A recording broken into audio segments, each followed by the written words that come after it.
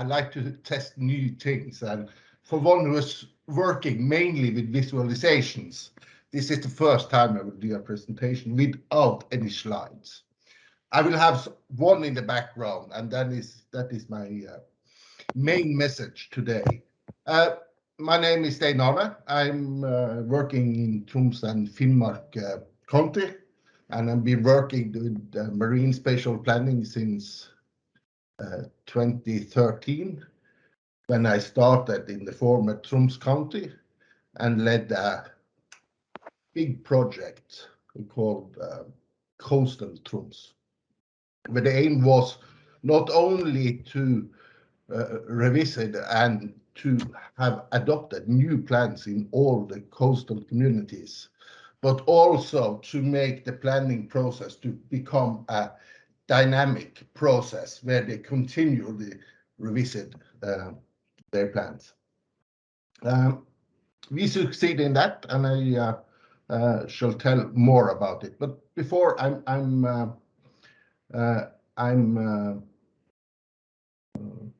was born in a fishing family. I was raised in a small fishing village just outside Bodø.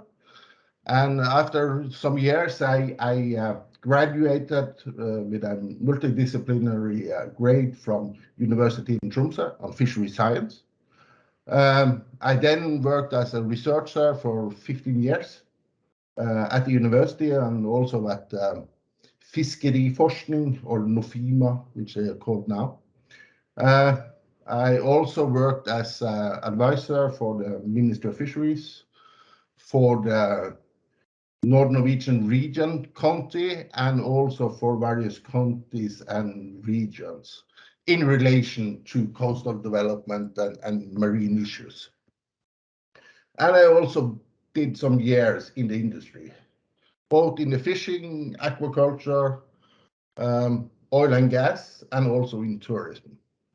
So I have not followed the straight line, but I don't think that is a problem when you work with marine spatial planning, because that is quite complex. And you have to deal with a lot of different issues, and you have to see them from very many different perspectives in order to understand what's happening. I can go on and present some key facts of the context where I'm working.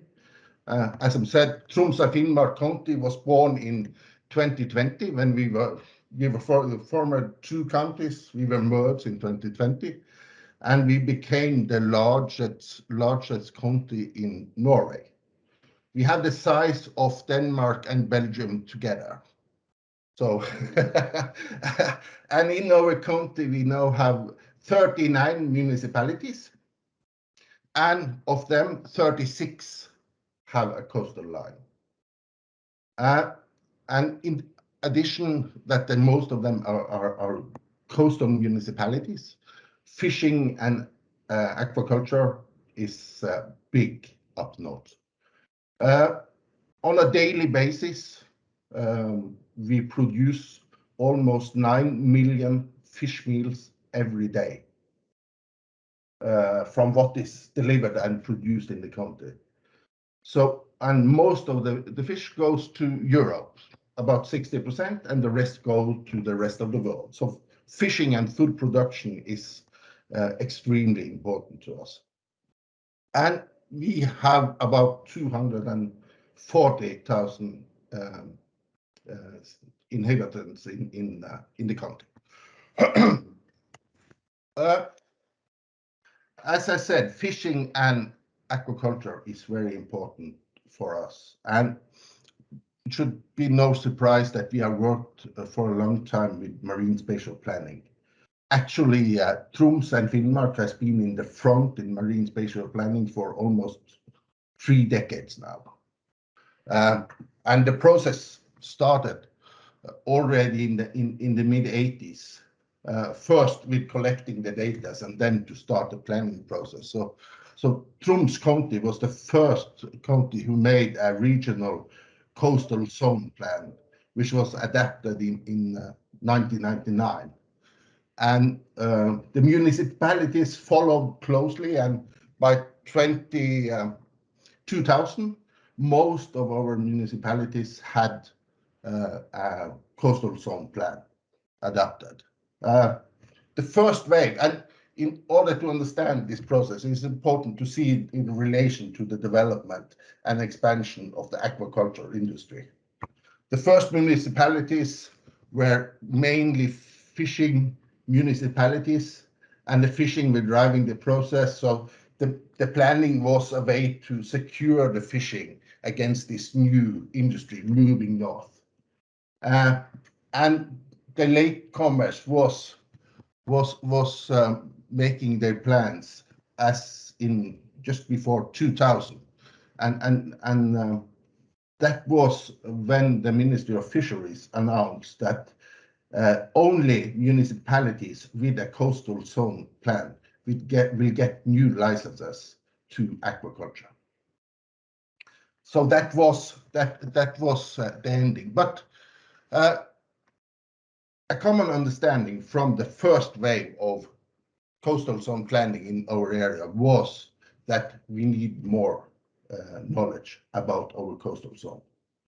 So after the first wave, we had a decade with knowledge production, and we run the first program in seafloor mapping in part of the county in the south part of Troms. And then that was financed in a cooperation between the county and the municipalities in that area. In about 2010, they started to see that they needed to do something more with their plans, to revisit the plans that was first adopted. And there was a growing understanding that you need a more ecosystem-based approach. So you couldn't continue planning the parts of the fjords, but you have to see the fjords and the sea basins as one unit, and you have to plan them together. So that was the main argument for starting with this intermunicipality planning. And there was also another understanding in there that it was not enough to get good knowledge of the seafloor and how it was. It was extremely important to get better knowledge about the ocean or the coastal circulation system. So that was the two main projects. I came on board on this project in 2013. The intermunicipality project had already started and becoming organized. And in fact, we had 4 different intermunicipality projects, which varied in size. The smallest one were 2 municipalities that would work together, but the biggest one was 13. And I had my concerns. How should we be able to develop these plans together with certain different municipalities? But as it turned out, that was the most successful project. And I will try to explain why. The first thing we did when I started was to see if we had someone to learn from. And there was one, the first intermunicipality coastal zone project had already been done further south. So we took a meeting with them and to learn about how they have run the project and to get some tools and some good advice of how to continue this process. During that meeting, I recognized that the leader of that project got several calls, and he seemed quite concerned during under the meeting. So in one of the breaks, I knew him from before, so we had a talk, and then he could tell me that he had got phones from the municipalities, and the feedback from them was almost the same. They didn't recognize their own interest in the plans. And that information was very useful for us. And we had to start thinking, how shall we reach the goal of the process? Because you shouldn't only run a good process, we should actually have the plans implemented, and also empowering the municipalities to run the processes in the future on their own. So what we did, we turned out 180 degrees on the original plan. We started out with the same approach from the project before us, with a top-down approach. We should have a project group which should do most of the work for the municipalities. And there was great expectations in the municipalities that, okay, the county will not only pay for this work, but it will always do the work for us. So I found out if you do this, it will be very difficult to succeed. So we turned upside down, and we started to send a message out to the municipalities that you have to do the work. We shall facilitate the process, so we will be able to do that. And that was the main way of working, using a bottom-up approach, and that we serve the municipalities. We didn't work for them. And I think this is one of the main reasons why we were able to succeed in having the plans adopted. And we succeeded quite well. During 8 months, 33 of the 34 municipalities in Troms adopted new revisited coastal zone plans. So that was quite good. And also, we have seen after running the process that the municipalities themselves have been able to organize and run much of the revision of the new plans. So we have some of the intermunicipality cooperation that is on the fourth wave of revising their plans, and my work is to support them, bringing new data, bringing new tools, new models, and new insight into the project. So, and the other, so I think it's the bottom-up approach is important because we have the same as on Iceland. The municipalities has a big authority to do the planning of the coastal areas, and so that is a good approach, and we will continue to work in that direction. And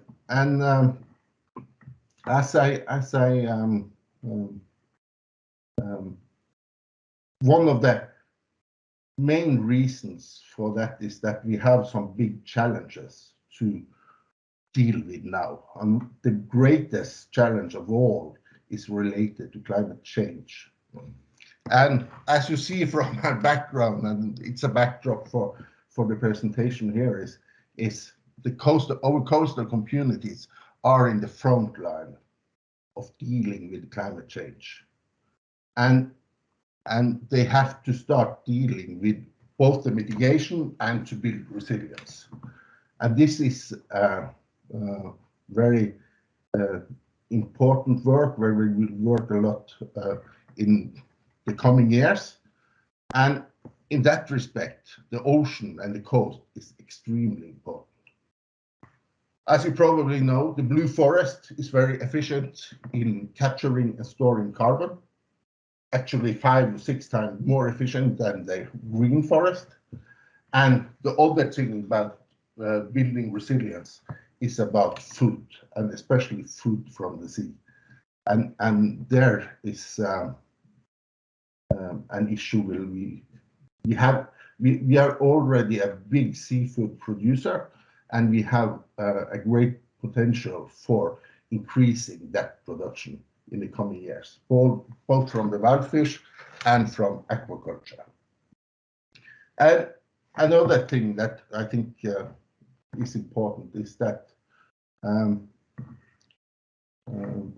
when we are dealing with climate change, I think the people that have worked mainly in the sea and in the ocean have some important lesson to learn planners who are mainly worked on different areas and in different spaces. And one of the main message there is that we are already used to work with limited knowledge, high insecurity, and a changing environment. And that is something that will be very important in all other parts of the planning area, because we are moving to that. We are going from a world where we have security and stability. We are moving towards a world where we have insecurity and change. So that is something we can bring on the table. But to be short, main message from practice, we need good practice, of course, but we also need efficient practices, and we also need practices that can contribute to equity.